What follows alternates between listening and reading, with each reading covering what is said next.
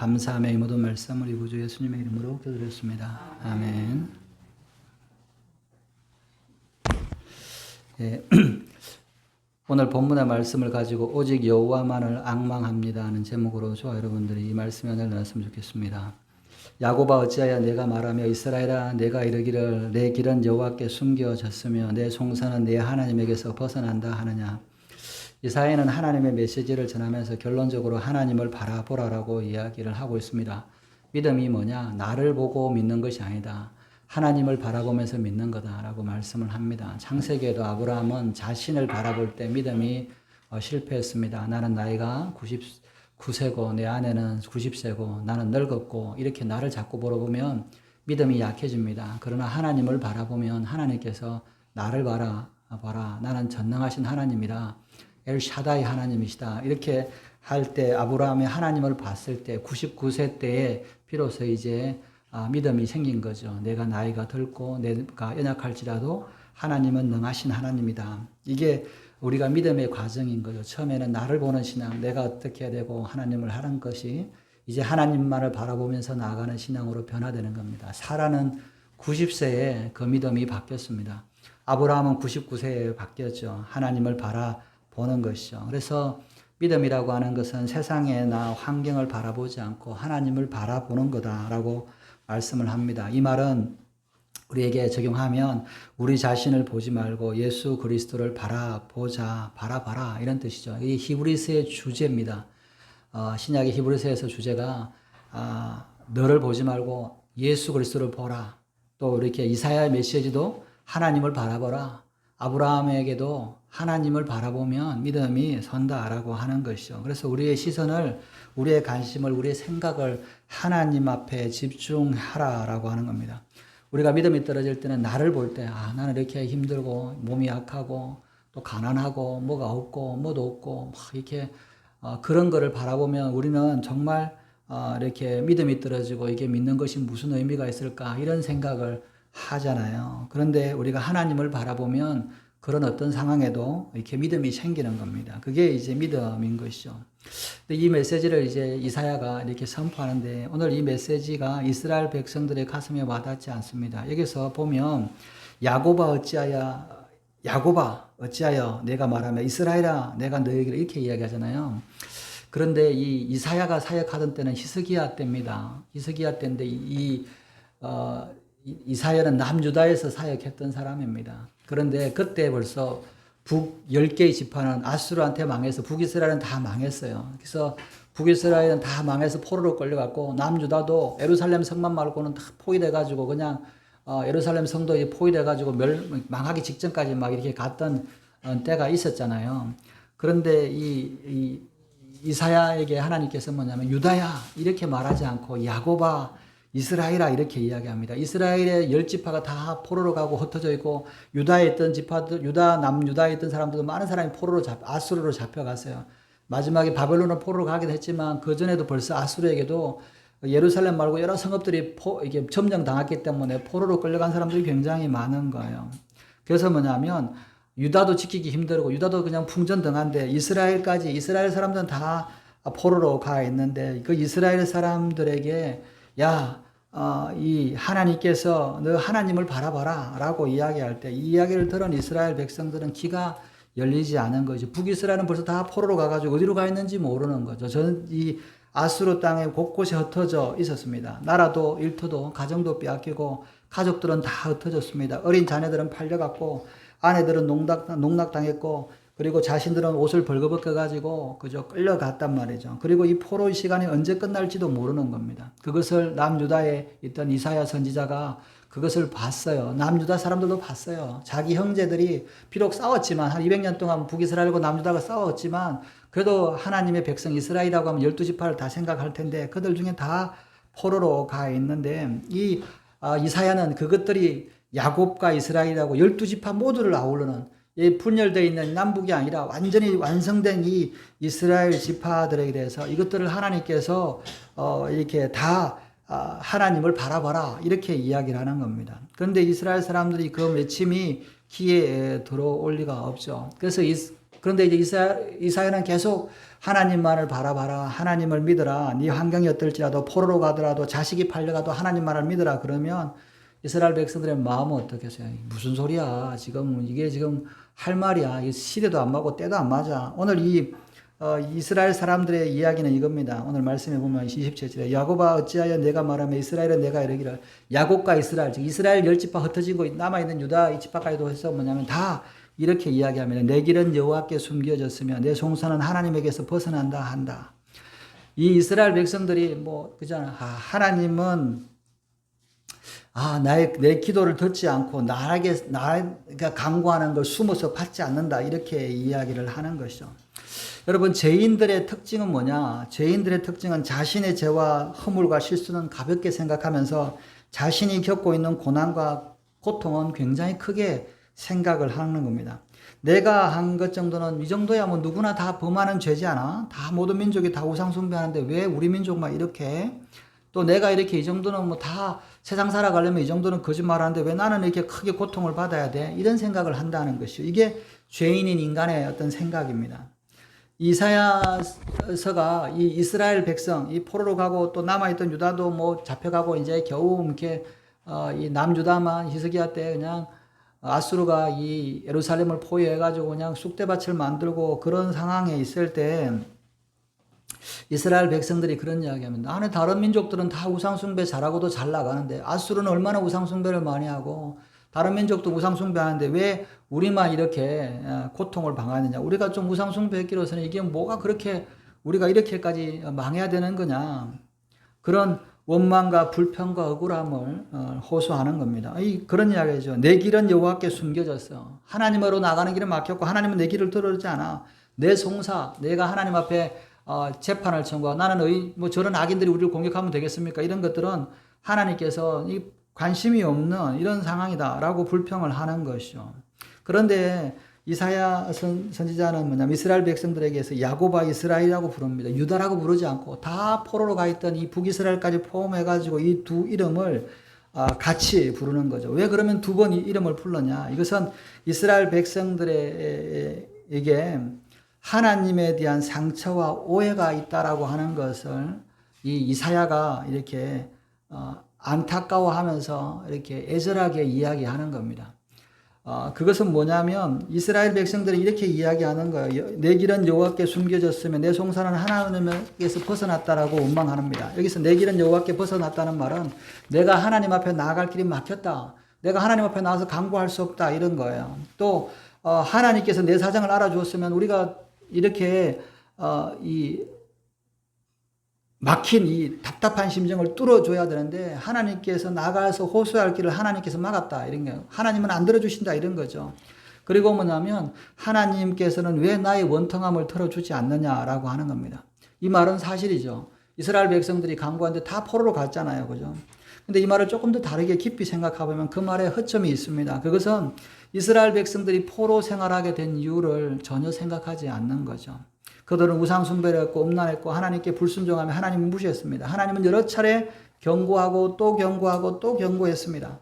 그런데 이스라엘 백성들은 그 경고를 끝까지 듣지 않았어요. 그리고 뭐냐면 이제 포로로 잡혀가면서 우리가 왜 하나님은 우리에게 응답하시지 않고 왜 하나님은 이렇게 우리가 하나님께 나아가는 길을 막았냐. 하나님은 막은 적이 없어요. 오라고 이야기했죠.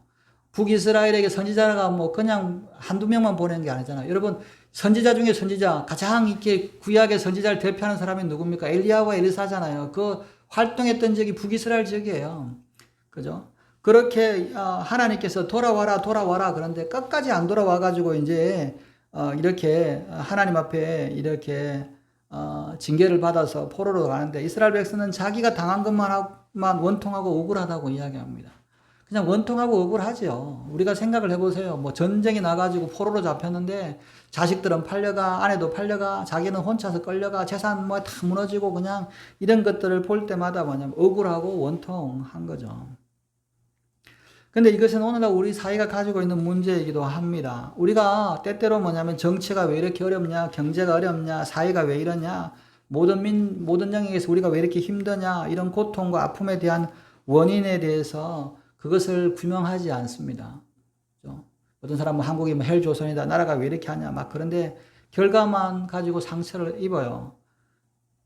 그러면서 뭐냐면 하나님은 선하신데 왜 이렇게 나를 힘들게 하고 우리를 힘들게 하고 나를 힘들게 하냐? 왜 뭐 지진과 전쟁과 태풍이 일어나서 세상을 이렇게 어지럽게 하냐? 그죠? 전 세계가 전적으로 막 뒷걸고 있고 지진이 일어나고 막 환란 뭐 전환이 있잖아요. 전염병도 하고 그죠? 전염병 좀 끝날려면 하면 전쟁이 일어나고 전쟁 끝날려고 하면 뭐 기근이 나고 막 이렇게 자꾸 하잖아요. 왜 하나님이 이렇게 하셨냐? 왜 하나님께서 이렇게 전염병을 막지 않았고 왜 하나님께서 태풍을 막지 않으시고 왜 하나님이 기근을 막지 않으시고 지진을 막지 않으셨느냐? 하나님이 능력이 없어서냐?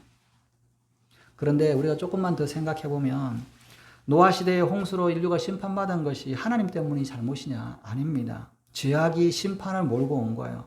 소돔과 고모라가 말한 것은 하나님이 잘못한 거냐? 그렇지 않습니다. 인간의 죄악으로 말미암아 심판이 임하는 거예요. 지구상에서 벌어지고 있는 이런 일들, 전쟁들 이런 것들은 이게 죄 때문에 일어나는 거죠. 가끔은요, 이거를 숨기려고 하고 애써 예민하는 경우가 많습니다. 코로나가 왜 생겼어? 하나님이 죄 때문에 이 땅에 임하게 하겠다고 하신 거예요. 그건 하나님의 징계입니다. 근데 징계인데 왜 예수 믿는 사람이 죽어? 그거하고 상관없어요. 그게 하나님께서 징계해놓고 우리는 죽어도 천국에 대한 소망이 있기 때문에 그것이 끝이 아닌 것을 아는 거죠. 하나님께서 뭐냐면 심판하는 겁니다.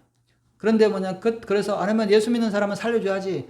아닙니다. 심판할 때 거기에 있을 때 하나님께서 심판과 같이 믿는 사람도 고난을 받고 심판을 받아요. 죄가 임하기 때문에.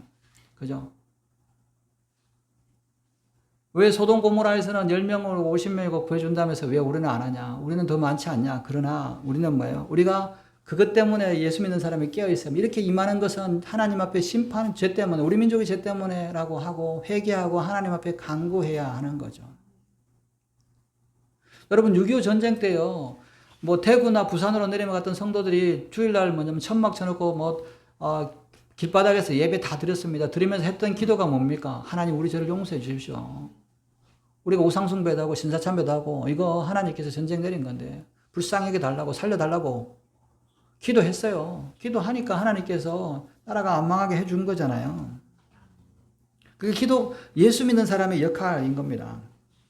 근데 오늘날은 뭐냐면 예수 믿는 사람들이 그런 것을 안 한 거예요. 안 하다 보니까 그냥 이 땅에 지진이 일어나는 거죠. 그런 것들을 우리가 깨달아야 되는 겁니다. 그럴 때마다 우리가 대신 이런 하나님의 심판이 일어나는구나. 죄 때문에 그런 거나 우리 죄 때문에 그러냐. 그러잖아요. 에레미야가 애가를 부르잖아요. 이스라엘이 망한 거. 여러분 그 당시에 에레미야보다 하나님 앞에 정직하고 하나님 앞에 말씀대로 산 사람이 어디 있습니까? 하나님의 선지자의 말씀을 자고 고난 가운데서 복음을 전했는데 나라가 망할 때 자기 죄 때문에 그렇다고 고백을 하잖아요. 우리가 죄가 대신 중보기도 하잖아요. 사실 나라가 어려고 하는 것은 안 믿는 사람 때문에 그런 겁니다. 여러분 목감이 이렇게 그래도 이게 이렇게 지진이 나거나 이런 거 안 하는 거 믿는 사람 때문에 그런 거예요. 근데 뭐냐면 하나님 앞에 기도해야 되는 거죠. 우리가 대신 중보해야 되는 거예요. 대신. 아브라함처럼 소돔 고모라를 위해서 대신 기도해야 되고 우리가 우리 지역을 위해서 대신 회개하고 세상을 위해서 대신 해야 되는 겁니다. 이렇게 사람이 이런 시대에 재난과 전쟁과 기근과 이런 것들이 일어나는 것은 이 죄의 결과예요. 마지막 때가 되면 더 그런 게 많이 난다고 그래요. 왜? 말세가 되면 죄가 점점 많아지기 때문에. 죄가 점점 많아지는 거예요. 하나님은 이 환경이나 우주에서 절대로 이 세상 가운데 하나님 창조 가운데서 부족하지 않게 만들었습니다. 그죠? 사람들은 그랬어요. 한동안 곡식이 식량이 부족해서 굶주림이 될 거다. 인류가 우리 어렸을 때 여러분 그랬잖아요. 저 어렸을 때 보면 애들 많이 넣으면 먹을 게 없어서 굶어 죽는다 그랬고 하나만 넣고 잘 살자 이런 게 하나 놓기 이렇게 했잖아요. 그죠? 여러분 1900년대까지 1900년 초반까지 전 세계 인구가 10억 명 한 20억 사이였어요. 그죠? 왜? 인류가 살 수 있는 경작이 그만큼이라고 되는데 여러분 100년 사이에 6배가 증가됐잖아요. 그죠? 10억에서 8배, 80억까지 하잖아요. 안 굶어 죽을 그 정도 쌀이 더 많이 납니다. 오히려 더 쌀이 많이 나요. 근데 왜 그러냐? 이 사람들이 그 쌀은 많이 나는데 이거를 자기 것으로 이게 자기가 움켜쥐고 안 나눠주고 그러니까 굶주림이 일어나고 있는 거예요. 인간의 욕심이 전쟁을 일으키고 또 빈부의 격차를 만들고 굶주림이 일어나는 겁니다. 그런데 성경은 뭐예요? 가난한 사람이 있을 거라 그랬어요. 예수 믿는 사람이 네 거 팔아서 가난한 사람 도와라. 예수 믿는 사람이 자기의 것을 팔아서 가난한 자를 도울 때 세상에 뭐예요? 하나님께서 그 돕는 자를 도우시고 세상에 굶주림을 없게 하는 겁니다. 여러분, 우리 교회, 우리 한국교회 역사 보면 정말 6.25 전쟁 때 60년대 보릿고개 여러분 60년대 전염병으로 10만 명, 20만 명씩 죽었어요. 우리나라. 우리 3만 3명 코로나가 문제가 아니라 그때도 모여서 여의도 그 모래사장에 모여서 기도하고 가만히 끼워놓고 기도하고 80년대 초까지만 해도 가만히 쳐놓고 천막하고 교회하는 데가 굉장히 많았어요. 저희 둘째 매형도 이제 알코올 중독이었는데 전쟁 갔다 오고 나서 알코올 중독돼갖고 맨날 술 취하고 하는데 이제 술에 취해가지고 쓰러져 있으니까 사람들이 저거 죽겠다 그래가지고 그 부엉에 동네에 천막 쳐놓고 가만히 깔아놓고 하는데 거기다가 사람들이 들어다가 그 앞자리에 이렇게 갖다 놓고 가버렸어요. 그래가지고 이 술 취하고 누워있는 사람이 이렇게 부엉에 듣다가 깨가지고 은혜 받고 이 장로님이 되셨거든요, 나중에. 그죠? 그렇게 사람들이 막 이렇게 한 거예요. 그게 뭐예요? 그때는 뭐냐면 하나님을, 우리 죄가 그렇다. 우리가 이렇게 된 거야. 하나님을 우리가 제대로 하지 못해서 이런 거다라고 하면서 뭐냐면 하나님 앞에 나왔던 거죠. 28절에 너는 알지 못하느냐, 너는 듣지 못하느냐, 영원하신 하나님 여호와 땅끝까지 창조하신 이는 피곤하지 아니하시며 곤비하지 아니하시며 명철이 한이 없으시며 피곤한 자에게 능력을 주시며 무능한 자에게 힘을 다하시나니 너는 알지 못하느냐, 듣지 못하느냐. 지금은 하나님에 대해서 너 모르냐, 너 얼마나 몰랐냐, 몰랐으니까 망했지, 그죠? 너는 못 들었느냐, 네 생각으로 네 중심으로 생각하지 말고 하나님에 대해서 해봐라, 그죠?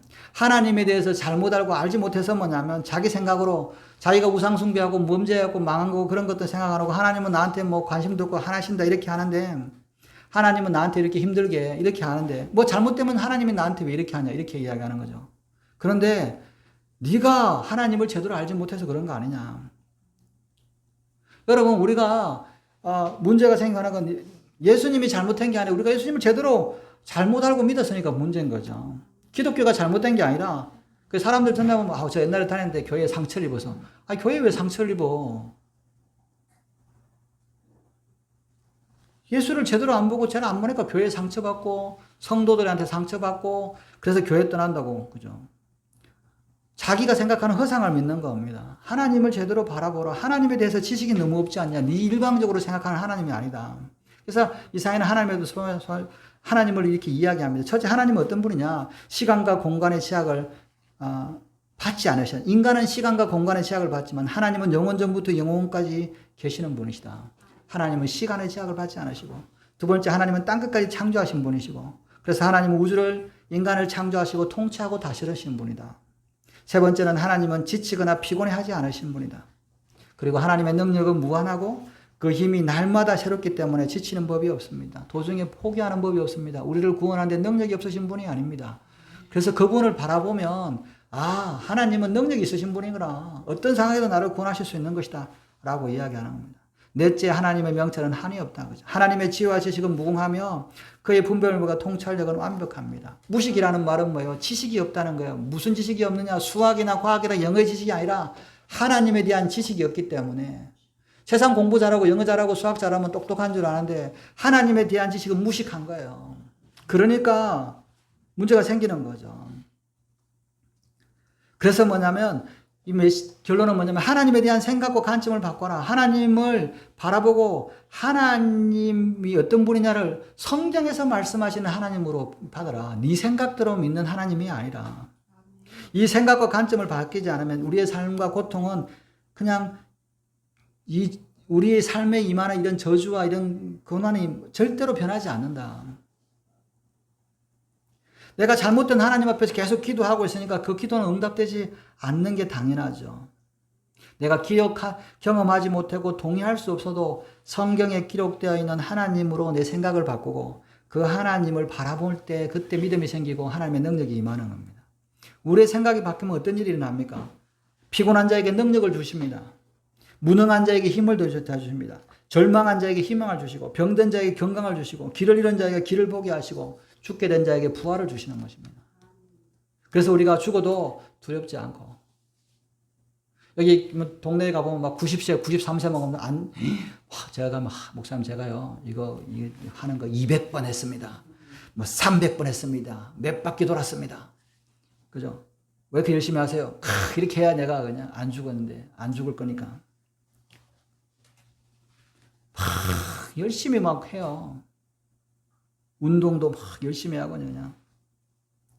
그런데 그런 게 아니라 내가 내 힘으로 하는 게 하나님이 주신 힘으로 살아가는 거다. 왜 우리가 세상 교회 다닌다고 하면서 하나님을 경험 못했냐? 내가 생각하는 하나님을 바라봤기 때문에 그렇습니다. 그리고 하나님을 기대하지 않았다는 거죠. 그런 하나님, 전능하신 하나님을 믿지 않았기 때문에 그런 하나님에 대해 기도하지 않았기 때문에 기도는 하면서 하나님은 저기 권사님이나 목사님 기도는 응답해도 내 기도는 안 할 거야. 그냥 뭐 대낭대낭 그렇게 생각을 하는 거죠. 그런데 관점을 바꾸고 생각을 바꾸라는 겁니다. 예수님에 대해서도 마찬가지입니다. 우리가 예수님 믿는다고 하지만 내가 만든 예수, 내가 생각하는 예수, 내가 예수라고 하는 믿는 것을 믿는 거죠.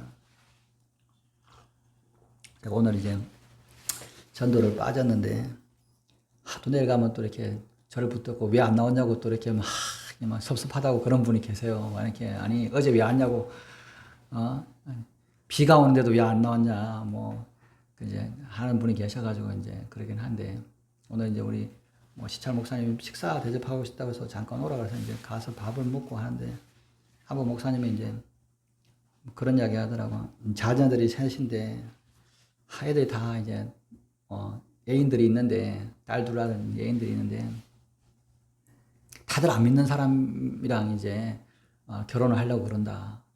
그러면서 뭐냐면 이제 그 아버지 그러니까 목사님이잖아요. 근데 뭐냐면 얘들이랑 결혼하면 이제 어떻게 해야 될지 이렇게 하는데 그 여동생이 이제 오빠 저러면 어떡하냐 믿는 사람이랑 결혼해야 되는데 지금 내가 말이라도 할까 그랬더니 그 목사님 그러더니 그런 말 하지 말아라 애들이 어떻게 지가 알아서 할 것이지 이렇게 이야기를 하더라고요. 제가 뭐 듣고 있다가 이제 뭐 어떻게 뭐 애들을 그렇게 그래도 뭐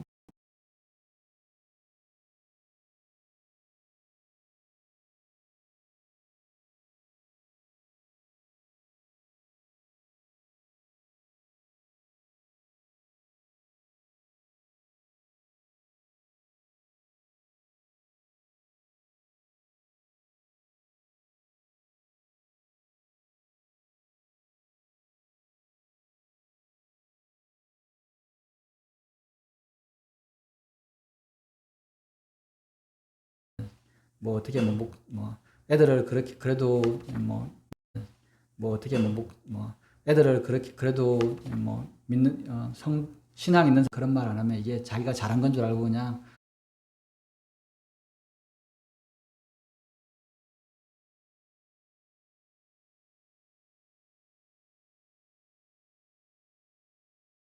애들을 그렇게 그래도 뭐 믿는 신앙 믿는 신앙 있는 그런 말 안 하면 이게 자기가 잘한 건 줄 알고 그냥 그 모르고 자는 거 아니잖아요. 근데 예수 믿고 같이 신앙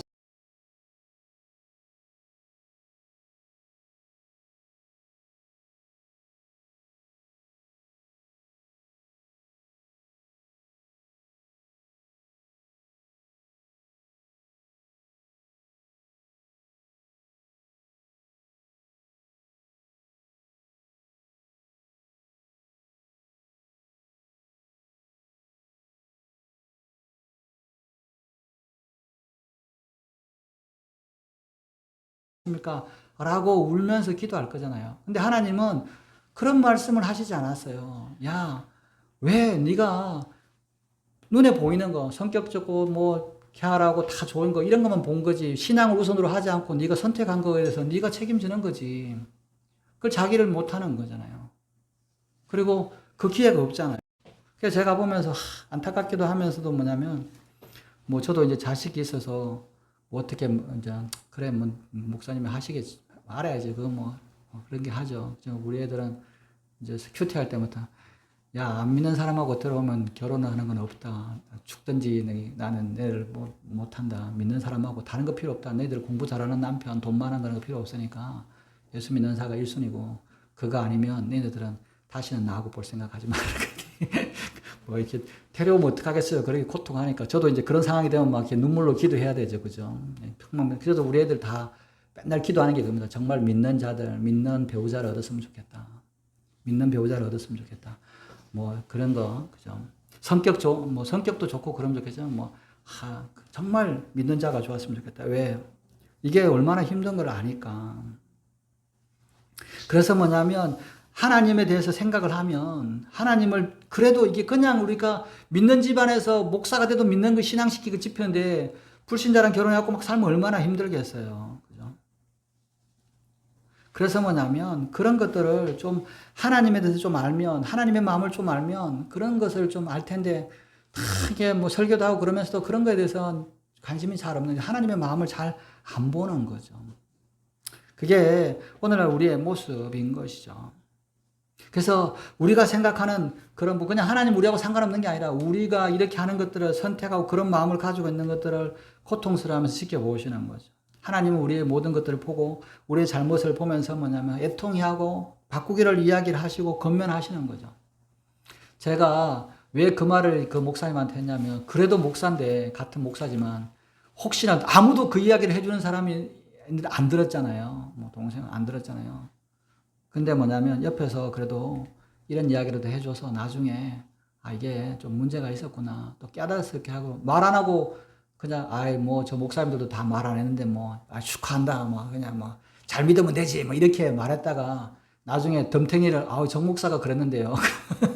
안 되잖아요. 그래서 하나님 보시기에서 그래도 그래도 믿는 사람이랑 결혼해야 되지 않겠냐 이런 이야기를 하는 건데 이게 하나님을 생각을 하는 거죠. 하나님을 바라보면 그럴 수가 없는 거죠. 하나님을 바라보면 성경을 그러잖아요. 네 아들이나 네 딸을 우상에 하는 집에 딸을 보내거나 그 우상 숭배하는 딸을 데려오거나 하지 말아라. 니네 집에.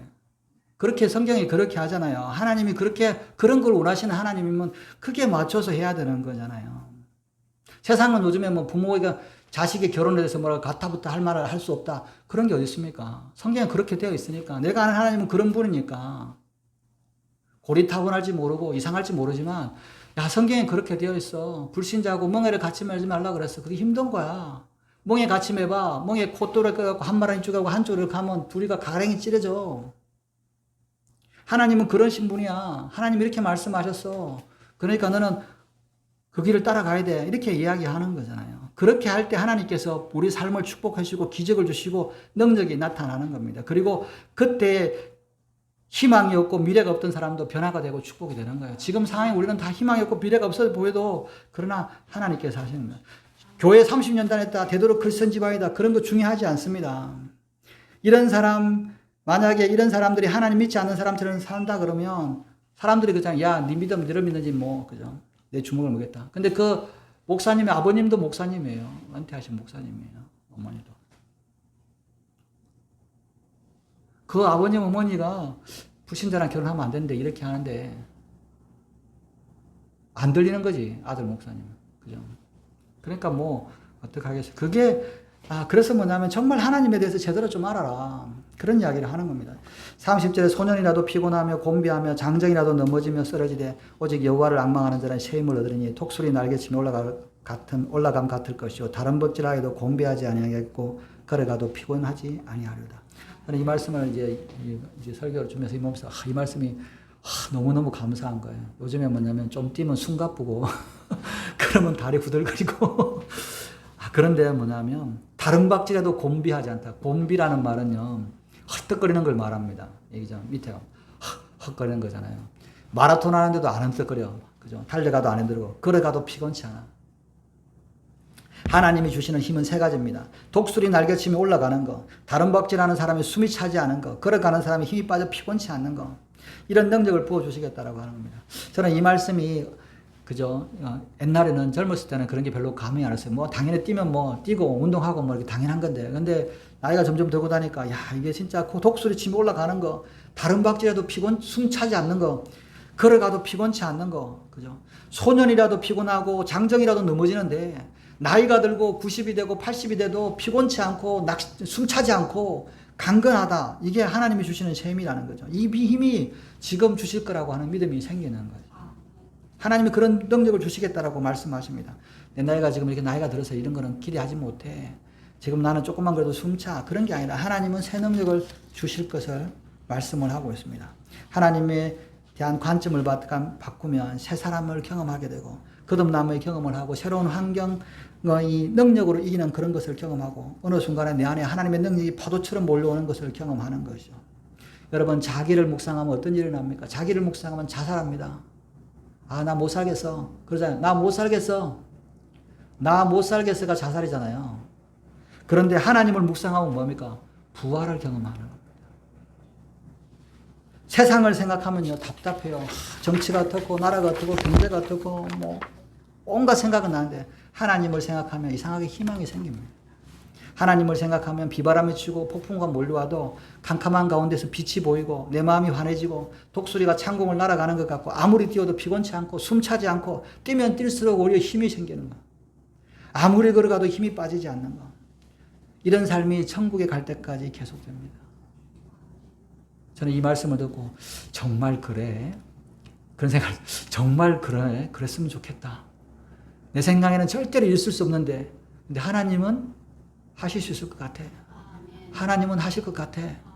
이게 믿어지니까 마음이 좀 위로가 되는 거예요. 위로가 되는 거예요. 힘이 되는 거죠. 다른 사람이 안 된다고 해도 나는 된다고 말하고 다른 사람이 부정적으로 생각해도 하나님 주시는 희망이 있기 때문에 긍정적이게 말하게 되는 겁니다. 이 차이는 놀랍게 차이가 나는 거예요. 이것을 발견한 사람은요, 놀라게 되는 겁니다. 그죠? 너무 기뻐서 춤을 추게 되는 겁니다. 하나님의 관점에 대한 관점을 바꾸면 힘이 내 속에서 솟구쳐 오기 시작하는 거죠. 우리 속에 있던 하나님을 포기하고 성경에 말씀하시는 하나님, 전능하신 하나님, 그 위대한 이름을 선포하고 인정하고 고백할 때 그 선포가 우리에게 우리의 생각과 우리의 사고와 우리의 인생을 바꾸어 주실 것을 믿고 하나님 앞에 선포할 때 하나님께서 우리를 바꿔 주신다는 거죠. 여호와를 앙망하라는 말은 뭐예요? 오려다 바라바라는 뜻이잖아요. 올려다 바라봐라. 그죠? 목이 꺾이도록 봐라. 이 말은 뭐냐면 고정해라. 밑에 보지 마라라는 뜻이에요. 고개를 들고 위를 바라봐라. 하나님을 바라보라는 말은 고개 숙이지 마라. 고정해라. 그죠? 그냥 우리는 그렇게 기도할 때면 하나님 땅 보고 가잖아요.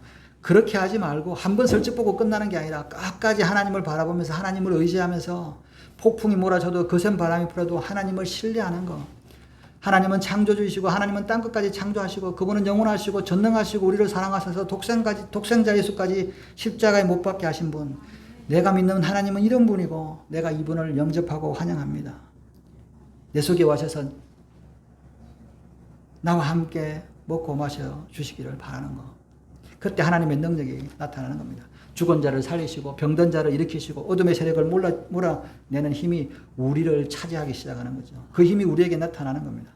그리고 그분이 우리에게 아이디어를 주시고 창의력을 주시고 의력을 주시고 생기를 주시는 겁니다. 여호와를 앙망하는 자는 새 힘을 얻게 될 겁니다. 독수리가 날개치며 올라가는 것 같을 것이고 다른 법질하여도 숨차지 않을 것이고 걸음질하여도 걸어가도 힘이 빠지지 않을 것이며 걸어가면 걸어갈수록 힘이 더 생길 것이다.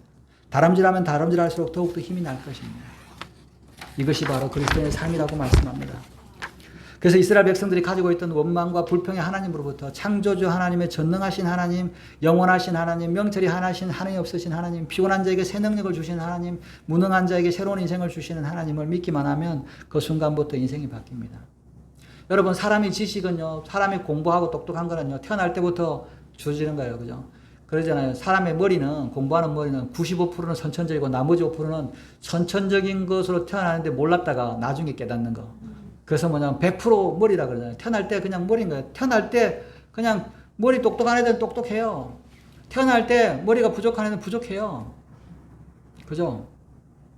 그런데 하나님의 능력을 주시면 태어날 때 바보도 천재가 만들고 태어날 때 부족해도 능력이 없어서 능력을 주시는 거예요. 돈 버는 능력 하나님이 주십니다. 성경에 그렇게 있잖아요. 돈 벌 능력을 주겠다 그러잖아요. 돈 버는 능력이 뭐예요? 내가 돈 벌고 끝까지 돈을 유지하는 거잖아요. 처음에 돈 벌었다가 다 망하잖아요. 그거 회복 못하는 게 아니라 하나님께서 책임져 주시겠다. 그죠? 없는데 나한테 지금 뭐 한데 하나님께서 주시겠다라고 하는 거예요. 그럼 믿고 가는 거죠. 하나님을 신뢰하고 하나님을 믿고 가면 내 인생의 결론을 좋게 만드실 것이라는 거죠. 하나님이 구원하시고 치유할 것이라는 거죠. 불치병으로 고생하는 자, 경제적으로 어려운 자, 인간관계가 어려운 자, 힘든 문제가 산처럼 둘러싸여 있는 자도 두려워하거나 걱정하지 말라고 하는 겁니다. 모든 것은 뭐예요? 다 사면이 우겨쌀 때 우리가 그래서 사면초가라잖아요. 사면이 다 우겨싸겠으면 도저히 그냥 어떻게 볼 수가 없잖아요. 그러나 하늘은 뚫려 있다는 거죠. 하나님께서 독수리처럼 날아 올릴 것이다. 새기를 주실 것이다. 새 방법을 주실 것이다. 전혀 새로운 사람을 만나게 하시고 예기치 않는 도움을 받게 할 것이다. 언제나 새로운 길을 열어주실 것이라는 거죠. 하나님은 모든 것을 통해서 우리에게 복을 주실 것이라는 거죠. 제가 이제 저희들 뭐 몇 번 말씀드렸지만 코로나 때 있잖아요. 코로나가 터지기 전에 1919년 10월 달에 저희 이제 동사무소에서 야탑에 있는 그 동사무소에서 갑자기 미세먼지가 막 번진다 그래가지고 이게 다자냐 뭐 이런 데가 그냥 마스크를 준다고 가져가라 그러는 거예요. 미세먼지 마스크. 그죠? 근데 아무도 안 가져가. 그냥 마스크 뭘 쓰고 가냐, 뭐 이렇게 또 뭐 동사무소 준다고 뭐 이렇게 하는데 그냥 하니까 갔더니 안 주고 남은 게 뭐 몇십 박스가 된 거예요. 이렇게 뭐 20개, 30개 쓰는 이런 박스를 내가지고 막, 이걸로 또 어떻게 하냐. 이거 쓰지도 못해. 그때는 마스크 안 쓰고 다니까 이 박스를 그냥 어떻게 하더나. 그리고 이제 집에 받았는데 집에다 쌓여 있어. 이거 어떻게 하더나. 갈 데도 없고. 그리고 이제 코로나가 터졌는데 우리가 이제 시청으로 이사 왔잖아요. 사람들은 뭐 마스크를 서기 위해서 줄을 2시간을 산다, 3시간을 산다. 한 번도 가서 마스크를 산 적이 없어요. 코로나 기간 동안에. 심지어는 마스크를 나눠줬어요. 우리 시찰 목사님 아들이 장교로 군대 가는데 사관학교 교수로 가는데 마스크를 본인이 사가지고 와야 돼. 자기가 쓸 마스크를 훈련소 가는데 그 마스크를 사려고 하는데 이 목사님이 이제 불편해서 하는데 기다리는데 2시간 기다리는데 마스크를 못 샀다는 거야. 아들이 마스크 없이 가려고 그러니까 죽을지 뭐 군대 가는 것도 한데 서러운데 마스크 없이 가려니까 죽을 것 같잖아요. 그래서 뭐냐면 그렇게 이야기를 제가 마스크를 20장인가 이렇게 갖다 드렸어요. 너무너무 감사하네. 이건 막 그냥 금보다 더 귀한, 그죠? 주일학교 우리 있던 도천동에 있던 이제 엄마, 아이가 큰아가 이제 아들이 취업을 해서 회사를 가는데 마스크가 없어가지고 마스크를 2주 동안 쓰고 다니는 마스크를 해가지고 단단해서. 그래서 우리 마스크를 이렇게 주니까 너무너무 고마워하는 거예요. 남들은 사고 싶어도 못 사는 거. 그죠? 하나님께서 저희들 6명이니까 마스크 사려면 얼마나 그렇겠어요. 줄 서고 막 하도 안 되고, 그죠? 대기도 벌고 그랬었는데. 그런데 하나님께서 피할 길을 주시다는 거죠. 우리가 하나님께서 예기치 못하는 거, 다른 통로를 주신다는 거죠. 이게 하나님의 축복입니다. 예수님이 부활하신 후에 제자들을 만나서 첫 번째 하신 이야기는 이겁니다. 너에게 평강이 있을지어다. 예수님이 십자가 지기에는 예수님이 이렇게 말씀하십니다. 너희 마음에 근심하지 말라. 하나님을 믿으니 또 나를 믿으라라고 말씀하십니다. 예수님이 십자가 달리기 전에는 평강에 대한 약속이었습니다. 내가 평강을 줄 테니까 걱정하지 말아라. 걱정하지 마. 근데 십자가 달리는 상황이 됐을 때 사람들은 막 두려워했지만 예수님이 미리미리 걱정하지 말라고 했어요. 그래도 제자들은 막 두려워했어요. 근데 예수님께서 십자가를 지시고 사망 권세를 이기고 무덤에서 부활하시고 나서는 내가 약속했던 평강을 지금 나한테 줄게. 그렇게 이야기하시는 거예요. 평강의 왕인 예수님이 죽음과 불안의 권세를 깨뜨리고 완성된 평강, 부활의 평강을 주시겠다라고 해요. 죽었다가 다시 살아나는 것보다 더 평강이 어딨습니까? 네가 어떤 상황에서도 죽어도 다시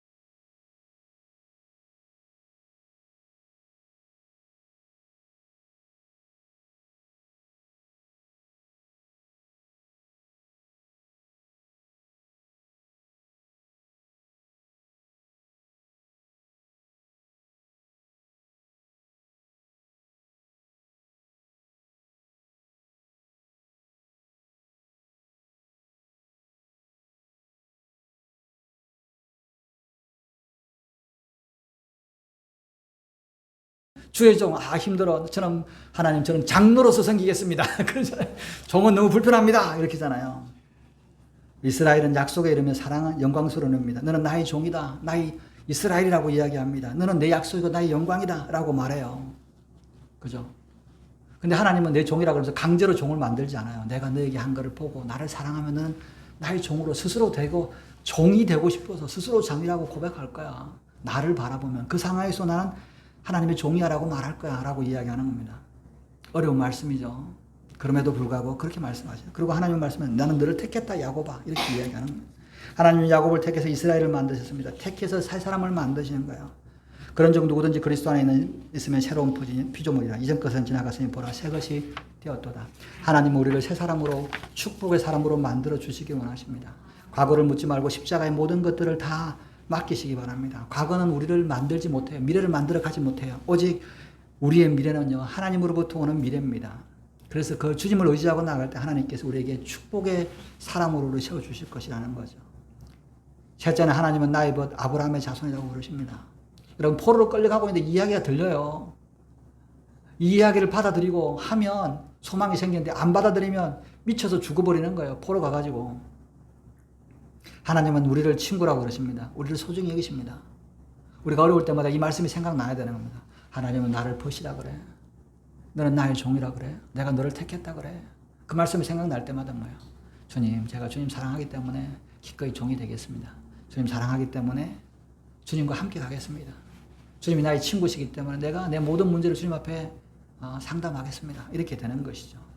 구절 땅끝까지 너를 붙들며 땅 모퉁이에서부터 너를 보고 내게 이르기를 너는 나의 종이라 내가 너를 택하고 싫어하여 버리지 아니하였노라.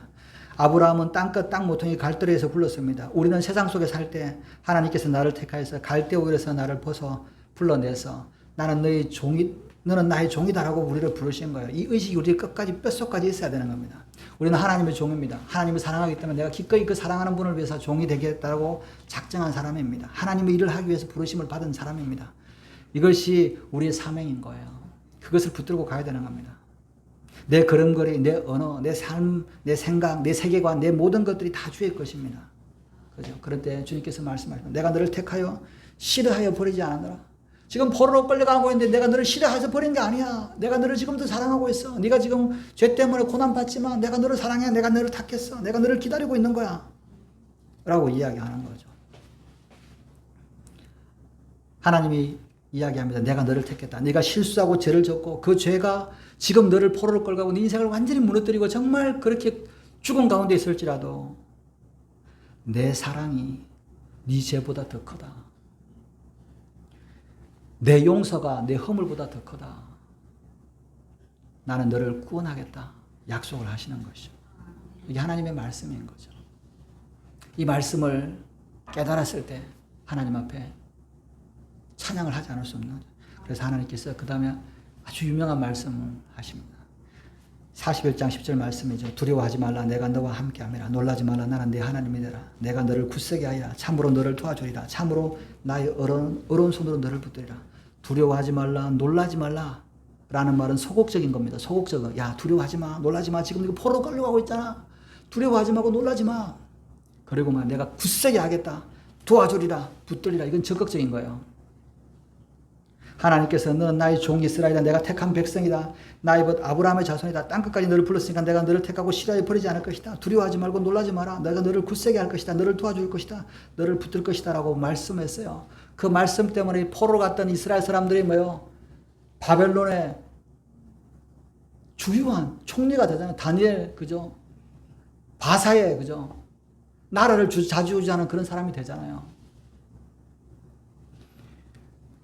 여러분, 우리가 지금 믿음으로 이 하나님의 자녀가 된 것을 믿으시기 바랍니다. 두려워하지 말라. 내가 너와 함께한다. 놀라지 마라. 내가 네 하나님이다. 내가 너를 굳세게 하리라. 내가 너를 도와주리라. 내가 참으로 의로운 손으로 너를 붙들리라. 전쟁이 일어나고 기근이 일어나고 세상이 무너지고 뭐 온갖 일어나더라도 하나님께서 나를 붙들어 주실 것이다. 나의 저주가 끝났다. 내 죄는 용서받았고 하나님께서 나를 붙드시고 가시는 거다. 주님이 나의 오른편에 계시다. 나의 기도는 응답되는 기도다. 라고 선포하시기 바랍니다. 그렇게 고백하고 가시는 거예요. 그럴 때 뭐요? 내가 주님을 믿고 주님이 나와 함께 계시기 때문에 나에게는 성령 충만이 반드시 있을 거다. 그잖아요. 성령 충만하지만 성령 충만을 믿지 않아. 나한테 무슨 성령이 충만하겠어. 그죠? 산에 가서 나무 뿌리도 붙들지 않는데 제가 전도하다 보니까 어떤 권사님이 이렇게 전도하고 되겠냐고. 삼각산에서 나무 뿌리를 몇 종이를 뿌려야지 성령 충만하지. 성령 충만하냐. 성령이 임하소서 하면 충만해지는데 그래도 되겠냐고. 그래서 그죠? 그래 대단하시냐고. 자기는 뭐 기도해가지고 이게 막 이렇게 암을 낳았다고 해서. 근데 그 암이 낳고 성령을 계속 낳았으면 왜 전도하는 걸 반대하세요? 전도하지 말라고. 여기 경로당에는 다 이렇게 전도하지 말라고. 해도 안 된다고. 그걸로 해갖고 안 된다고. 여러분, 하나님은 능력이 하나님입니다. 여러분이 그냥 예수 믿으세요. 교회가 좋아요. 예수 믿으면 좋아요. 한번 지나간 거, 그냥 떨어지는 게 없습니다. 반드시요, 열매를 맺습니다. 두 가지 열매를 맺어요. 그 말씀을 받고 구원받는 것도 있고, 이 말씀이 뭐예요? 여러분, 공소장에 기록됩니다. 뭐예요? 심판할 때. 이 사람을 심판받을 때 이 사람이 변명할 거야. 나는 들었지 못하는데 그럴 때 딱 증거를 가지고 너가 이 말씀 하는 거 들었잖아. 누구 교회, 누구 권사, 누구 집사가 전도하는 거 너 그때 뭐라고 그랬어? 너 싫다고 그랬잖아. 너 필요 없다고 그랬잖아. 나 안 믿는다고 그랬잖아. 기회 줬잖아. 꼼짝 못하는 거예요. 여러분, 우리가 믿는 하나님은 그런 하나님입니다. 우리가 그런 하나님을 만나는 삶이 우리 그리스도인의 오늘 모습인 거죠. 오늘 그 하나님만을 바라보시면서 살아가시기 바랍니다.